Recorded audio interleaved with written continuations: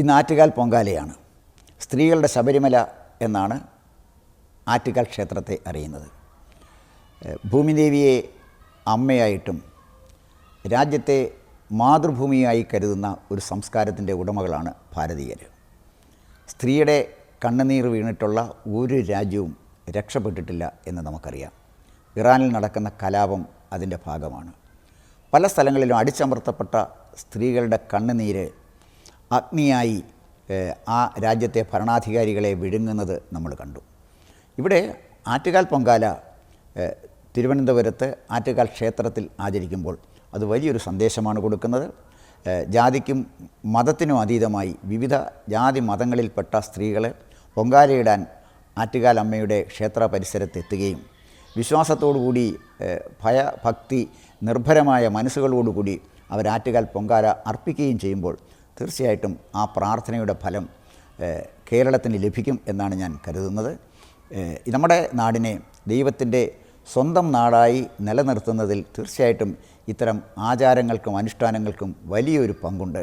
ശബരിമല ക്ഷേത്രം ഒരു ഭാഗത്ത്, അതുപോലെ തന്നെ മലയാറ്റൂർ പള്ളി, അതുപോലെ തന്നെ ഒരുപാട് ക്ഷേത്രങ്ങളും ആചാരങ്ങളും ഒക്കെയുള്ള ഒരു സംസ്ഥാനമാണ് കേരളം.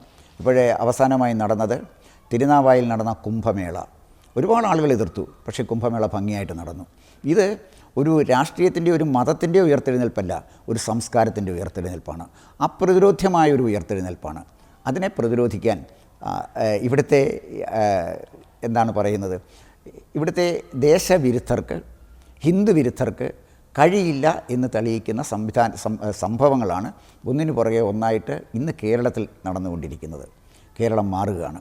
ദൈവത്തിൻ്റെ സ്വന്തം നാട് ദൈവത്തിൻ്റേതായി മാറുകയാണ്. ഇതുവരെ ദൈവത്തിൻ്റെ സ്വന്തം നാട്ടിലെ പിശാചുക്കളാണ് വിരാജിച്ചിരുന്നതെങ്കിൽ ഇന്ന് ദൈവത്തിൻ്റെ സ്വന്തം നാട് ദൈവത്തിൻ്റെ കരസ്പർശം കൊണ്ട് മറിയാൻ തുടങ്ങുകയാണ്. അതിൻ്റെ ലക്ഷണങ്ങൾ കേരളത്തിൽ കണ്ടു തുടങ്ങി.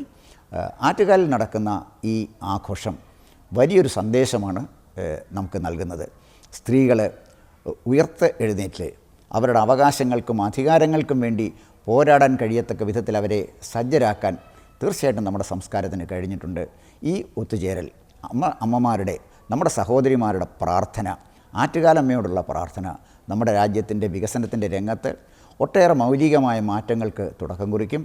അവർ അനുഭവിക്കുന്ന ബുദ്ധിമുട്ടുകൾക്കും സഹനങ്ങൾക്കും കണ്ണുനീരിനും ഒക്കെ തീർച്ചയായിട്ടും അറുതി വരുത്തേണ്ടത് അനിവാര്യമായൊരു കാര്യമാണ്. പുരോഗതിയിലേക്ക് പോകാൻ നമ്മൾ ആഗ്രഹിക്കുന്നുണ്ടെങ്കിൽ അതിനൊരു തുടക്കം കുറിക്കാൻ ആറ്റുകാൽ പൊങ്കാലയ്ക്ക് കഴിയും എന്നാണ് എൻ്റെ വിശ്വാസം.